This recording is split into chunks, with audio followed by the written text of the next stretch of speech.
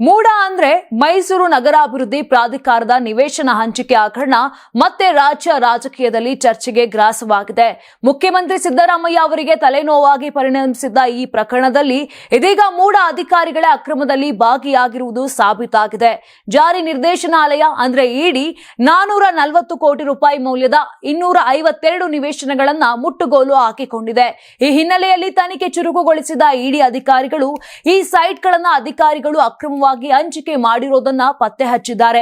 ಮೂಡ ಮಾಜಿ ಆಯುಕ್ತ ಜಿಟಿ ದಿನೇಶ್ ಕುಮಾರ್ ಅವರ ಕುಟುಂಬದ ಹೆಸರಿನಲ್ಲಿ 40.8 ಕೋಟಿ ರೂಪಾಯಿ ಮೌಲ್ಯದ 32 ಸೈಟ್ಗಳು ಅಕ್ರಮವಾಗಿ ಪಡೆದಿರುವುದನ್ನ ಇಡಿ ಪತ್ತೆ ಹಚ್ಚಿದ್ದಾರೆ. ಅಷ್ಟೇ ಅಲ್ಲ, ಆ ಅಕ್ರಮ ಆಸ್ತಿಗಳನ್ನ ವಶಕ್ಕೆ ಪಡೆಯಲಾಗಿದೆ.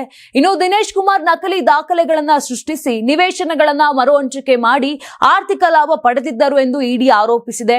ತನಿಖೆಯ ವೇಳೆ ಹಣ ವರ್ಗಾವಣೆ ಹಾಗೂ ಆಸ್ತಿ ಗಳಿಕೆಯ ದಾಖಲೆಗಳು ದೊರೆತಿರುವುದಾಗಿ ಅಧಿಕಾರಿಗಳು ತಿಳಿಸಿದ್ದಾರೆ.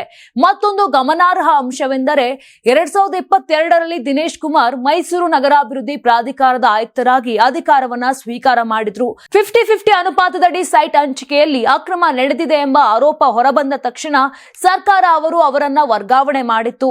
ಇದೇ ಪ್ರಕರಣದ ಸಂಬಂಧ ಕೆಲವು ತಿಂಗಳ ಹಿಂದೆ ಇಡಿ 100 ಕೋಟಿ ರೂಪಾಯಿ ಮೌಲ್ಯದ 92 ಸೈಟ್ಗಳನ್ನ ಅಕ್ರಮ ಹಣ ವರ್ಗಾವಣೆ ತಡೆ ಕಾಯ್ದೆ ಅಡಿಯಲ್ಲಿ ಜಪ್ತಿ ಕೂಡ ಮಾಡಿತ್ತು.